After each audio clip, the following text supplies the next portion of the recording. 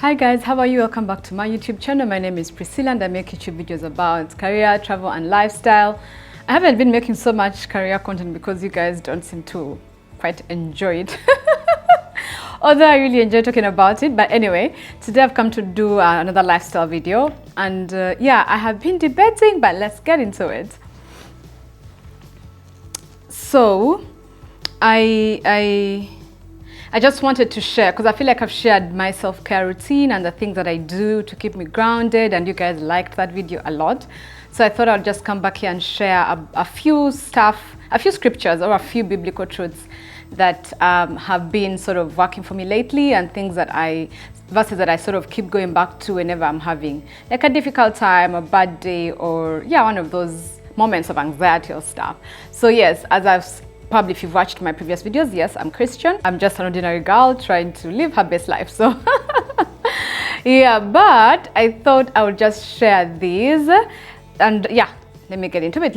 I'm going to read them, and then yeah, and I'm also curious to know in the comments what are some of if you're Christian, or yeah, what are some of the Christian, the biblical verses that you like or you find yourself running to. So usually what I do is I print my Bible verses, those that I really sort of feel like speak to me a lot, and then I hang them in the house.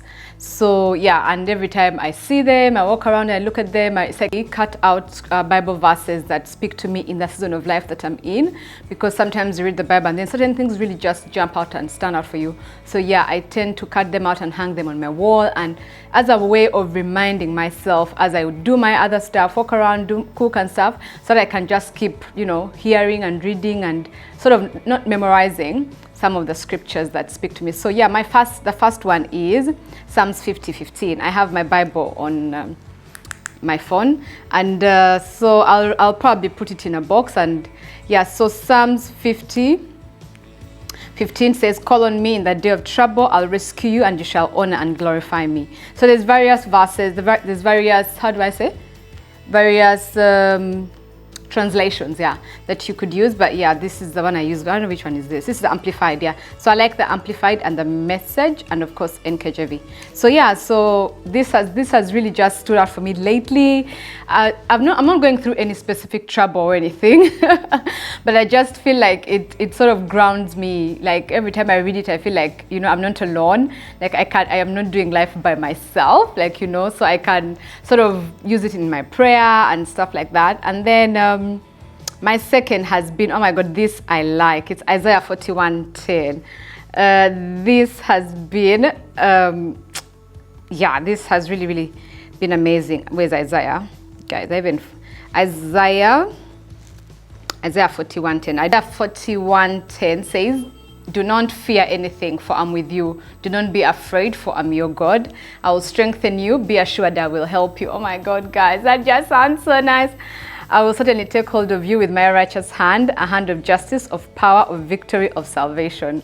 I love this verse so much, and every time I just sort of like go back to read it, because it just speaks so much power to me. Just like, I think for me it's very important to know that I'm not doing life by myself. Like I don't have to have it figured out by myself, because honestly I feel like when you're adulting, it's just full of decisions all the time.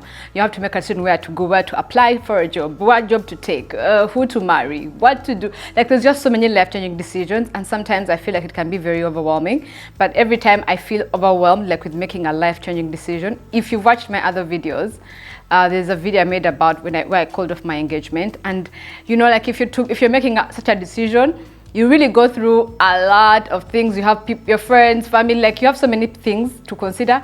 But I remember just going back to this verse and saying, "Look, God, I know I'm not alone. I just standing on it and meditating on it." And even when I had like the fear of like, should I go? Should I walk away? What will happen? What will people say? What if I get 50? All those fears. I just said, look, Isaiah 41:10, do not fear, for I'm with you. Do not be dismayed. That I like that verse. Then my other one is Luke 1:37. That one is nothing is impossible with God. And I think and that really does explain itself. Like nothing is impossible with God, because trust me, I am such a huge dreamer, and sometimes I am there daydreaming or just like, you know, living in my imagination, and something comes and I'm like, God, no way, nah. Then I'm like, but Priscilla, what? There's nothing impossible with God, you know? Like, sometimes you're believing for stuff and you honestly know in your head, they're like out of your league, like you shouldn't even be thinking about certain things. But yeah, like I always go back to this verse, like nothing is impossible with God, like nothing is impossible with God. But this verse was so important in that journey of healing. I was diagnosed with TB of the skin, and I remember that was, I think, 2012. I had worked with a few people and I got exposed and stuff like that. So my legs got swollen, I started turning black, and I really love my legs. Like it's one of the things that I really like the most on my body, because I love wearing short stuff and stuff. So it was very devastating. Everyone at home was freaked out. We thought it was cancer. Like it was one of those things. And I remember around that time I was at LDC, and I just really started studying the ministry of Catherine Kuhlman and the healing stuff like that. And this verse really, like, I stood on this verse and said, God, there's nothing impossible with you, like nothing. I'm not going to take drugs for 6 months because I hate tablets. I said, no. I really stood on this verse, and I got healed. I'm free of skin TB. You know, that they disappeared. My legs are back to normal. They were turning black. Back to my complexion. So honestly, this verse really means a lot to me as a person. So whenever like I'm going through something, I always go back to that landmark. I'm like, God, if we did that one, what is this? There's nothing, okay? Then the other is 1 Peter 5:7. That one also says, cast all your anxiety on him. And I'm a very sunny character. I'm a very positive, because I usually find my strength and affirmation in God and stuff like that. But of course, that does not make you immune from anxiety, and not medical anxiety, but just the anxiety of feeling like, oh my God, you know, life is happening, there's this, there's that. And sometimes you're just doing so much. And because I'm a busybody, I tend to take on so many projects sometimes. So yeah, sometimes you can get anxious, you don't have enough time to do stuff and things like that. Or like you have so many plans and projects and they all require your time, your money, your stuff. So sometimes it can get overwhelming. But yeah, I always say, look, God, I'm not alone. I can just, honestly, I sometimes just go to God and cry. Like I just put on like a nice song and just cry. Like I let myself go. Or like I'd say, bonya bonya.